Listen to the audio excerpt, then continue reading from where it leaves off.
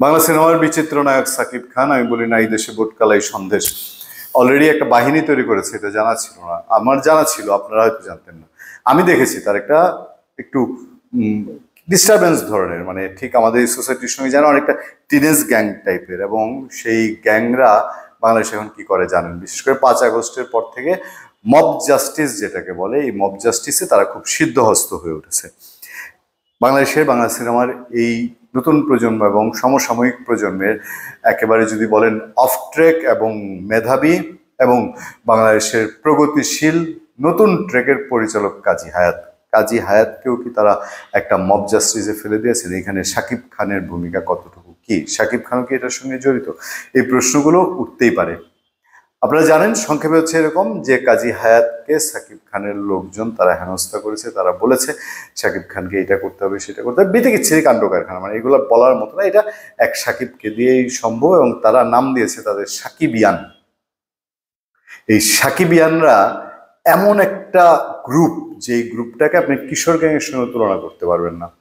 এরা, আমি জানি না এরা পয়সা করি কোথায় পায়, কিভাবে পায় না পায়, কার কাছ থেকে পায়, এই প্রশ্নগুলো উঠতেই পারে। কাজী হায়াতের কে হেনস্থা করা বা তাকে একটা বাজে সিচুয়েশনে ফেলা, অনেকটা অপমানিত করা, সেটার প্রেক্ষিতে একটা খবর আছে প্রথম আলোতে, যেখানে বলা হচ্ছে সাকিব তোমাকে ইচ্ছা করেই ফোন দিইনি, তুমি বিষয়টি দেখো।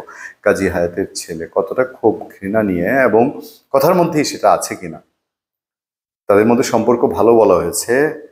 কাজী মারুফ, কাজী হায়াতের ছেলে, তিনি লিখেছেন, যাক, বরবাদ সিনেমার প্রদর্শন দেখতে গত মঙ্গলবার বাংলাদেশ চলচ্চিত্র সার্টিফিকেশন বোর্ডে গিয়েছিলেন নির্মাতা ও বোর্ড সদস্য কাজী হায়াত। সিনেমা দেখে বের হওয়ার সময় গেটে তার গাড়ি আটকে রাখেন শাকিব খানের ভক্তরা। কাজী হায়াত গাড়ি থেকে নেমে তাদের সঙ্গে কথা বলার চেষ্টা করলে তুমি কে আমি কে সাকিবিয়ান সাকিবিয়ান, তুমি কে আমি কে সাকিবিয়ান সাকিবিয়ান বলে স্লোগান দিতে থাকেন। এর সময় বর্ষিয়ান এই নির্মাতার সঙ্গে উত্তপ্ত বাক্য বিনিময় হয় ভক্তদের। এই ঘটনার প্রতিবাদ জানিয়েছেন কাজী হায়াত পুত্র চিত্রনায়ক কাজী মারুফ। বিষয়টি নিয়ে ফেসবুক লাইভে এসে তিনি কথা বলেছেন। আপনারা যারা লাইভ দেখেছেন তাদেরকে শুধু খানিক অংশ ধরিয়ে দিই, যে কাজী মারুফ বলছেন, কাজী হায়াত বাংলাদেশ চলচ্চিত্র সার্টিফিকেশন বোর্ডের সদস্য। উনি যেটা করেছেন তা একান্ত ওনার ব্যাপার, উনি যা সিদ্ধান্ত নিয়েছেন তা সেই ছবির ভালোর জন্যই নিয়েছেন, দেশের জন্য করেছেন।